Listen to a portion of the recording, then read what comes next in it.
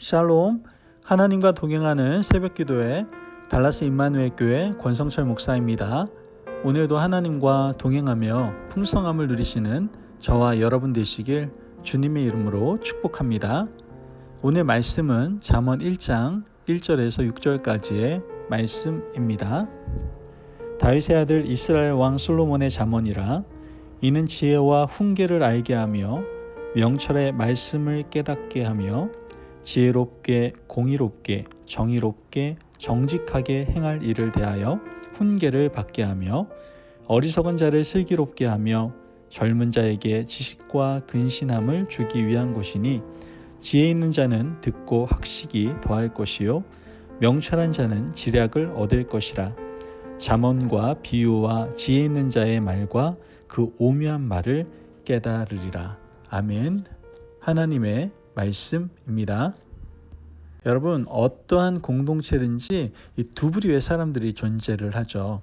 한 부류는 규정과 규칙, 어떤 기준을 굉장히 준수해야 된다라고, 잘 지켜야 된다라고 생각하는 사람들이 있고요. 또 한 부류는 규정과 규칙, 이런 기준에 얽매이기 싫어하고 좀 자유롭게 뭔가를 하고 또 살고 싶어하는 사람들이 존재하죠. 이러한 상반된 부류의 사람들은 물과 기름이 섞이지 않는 것처럼 좀 갈등이 일어나는 것을 우린 종종 보게 됩니다. 규정과 규칙을 좋아하는 사람들은요, 법을 준수해야 사회가 정상적으로 돌아간다라고 생각을 하죠. 만약 공동체의 질서와 규칙이 없다면 만들려고 노력하는 사람들이 바로 이러한 사람들이죠. 그런데 사실 여기에도 문제가 조금 있습니다. 왜냐하면 법은 항상 사건을 따라가거든요. 문제가 생기고 나서 규정이 만들어지잖아요. 그죠? 인간의 모든 행위를 사실 미리 규제할 수 없기 때문에 법은 행위를 뒤따라갈 수밖에 없다라는 그런 문제를 가지고 있다는 것이죠. 그렇다고 법 없이 자유롭게 사는 것이 과연 옳은 것일까요? 그렇지 않다는 것이죠. 각자 자신의 자유를 마음껏 펼치다 보면 타인의 자유를 침해할 가능성이 굉장히 크지 않습니까? 자신이 원하는 대로 살았는데 자신 때문에 다른 사람이 피해를 보고 고통을 겪고 사는 일이 우리 주위에 얼마나 많습니까? 그래서 이렇게 자유를 강조하는 사람들은 주위의 모든 공동체의 갈등을 또 일으킬 수밖에 없죠. 이런 갈등을 해결할 수 있는 좋은 대안이 있을까요? 이것을 찾아가는 것이 바로 지혜다라는 것이죠. 지혜는 규칙이 없어도 타인의 자유를 침해하지 않고 모든 사람이 따라올 만한 좋은 것, 이것이 바로 지혜다라는 거예요. 오늘부터 우리가 함께 읽기 시작하는 잠언은요, 인간이 공동체를 유지하고 또 하나님의 나라의 길을 가는데 가장 중요한 지혜를 우리에게 가르쳐주고 있는 책임을 우리는 알 수가 있게 됩니다. 1절 말씀을 보면 다윗의 아들 솔로몬의 잠언이라 라고 말하고 있죠. 솔로몬 왕은요, 지혜의 대명사 아닙니까? 솔로몬 인생의 후반기는 물론 하나님을 떠나서 변절자가 되었지만 이 솔로몬 전반기는요, 지혜로 충만했던 것을 우리는 성경을 통해서 알 수 있습니다. 이 솔로몬의 지혜는 하나님의 말씀을 듣는 마음으로 생겨났다라고 우리에게 가르쳐주고 있죠. 그래서 잠언의 말씀을 잘 들으면요, 하나님께서 우리에게 주시는 지혜로 우린 가득 찰 수가 있게 된다는 거예요. 잠언의 특징은 사실 연결되지 않는다는 데 있어요. 스토리가 없어요. 한 절 한 절 모두 다 나눠져 있는데 참 놀라운 것은 전체적으로 보면 다 뭐를 노래하고 있는 책이라는 거예요? 지혜를 노래하고 있는 책이다라는 것이죠. 저는 새벽 시간에 함께 이렇게 잠언을 묵상하면서요, 하나님의 지혜가 저와 여러분 가운데, 우리 인생 가운데 가득하기를 간절히 소망합니다. 아멘. 우리가 자유롭게 살아가고 행한다 하더라도 하나님의 지혜가 우리 속에 가득 차 있으면요, 우리는 누구에게도 피해 주지 않고 오히려 공동체를 더 결속시키고 행복하게 만들어갈 수 있다는 것이죠. 오늘 잠언 1절에서 말하고 있는 이 지혜는요, 다른 두 가지 동의어가 있어요.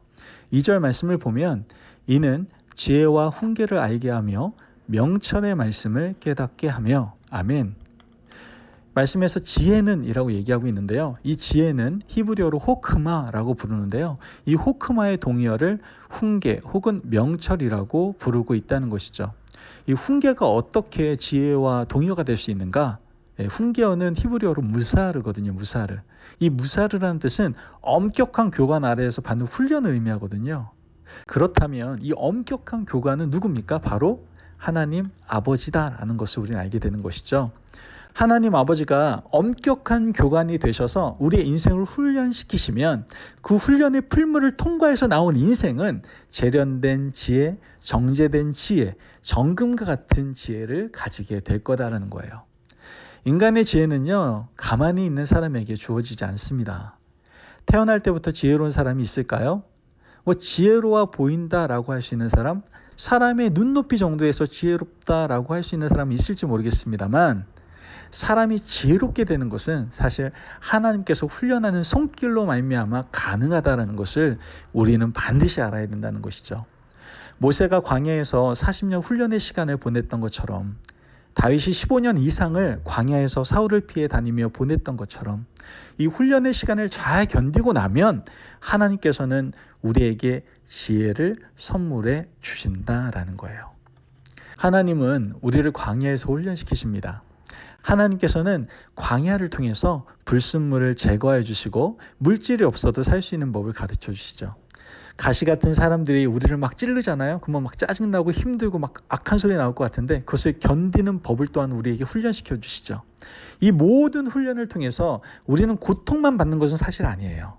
지난 삶을 돌아보며 하나님이 우리에게 지혜를 주셨음을 우리는 깨닫게 된다는 것이죠. 고난 전에는 없었던 이 지혜가 우리 인생 속에 가득하는 것을 우리는 경험하게 된다는 거예요.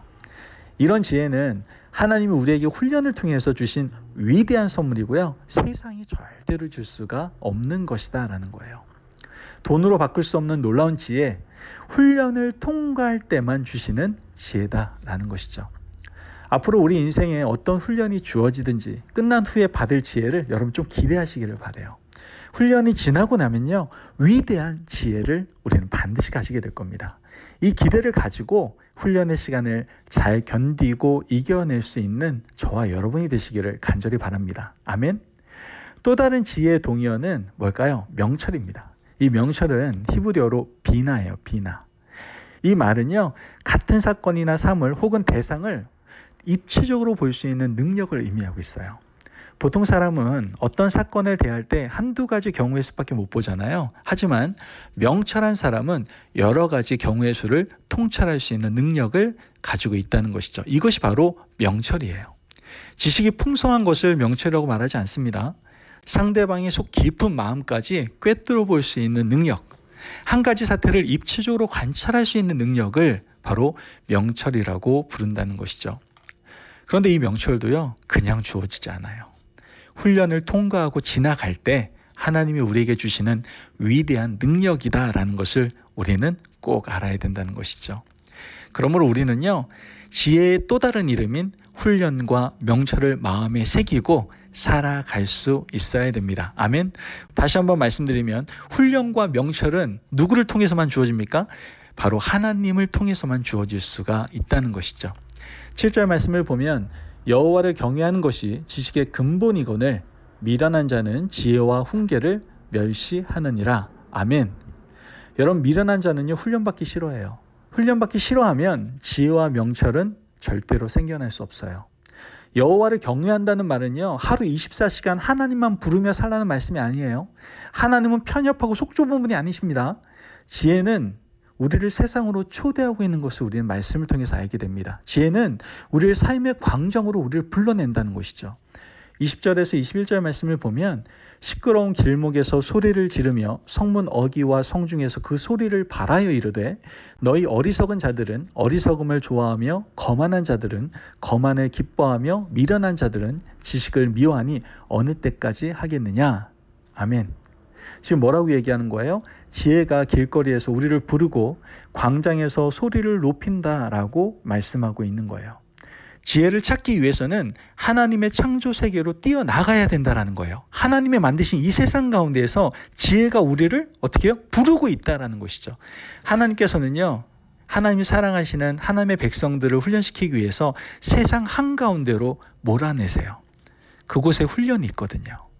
야곱은 요셉을 자신의 품에서 채색 옷을 지어 입히고 키우려고 했지 않습니까? 근데 하나님은 채색 옷을 벗기시고 이집트 광야 가운데로 요셉을 보내신 것이죠.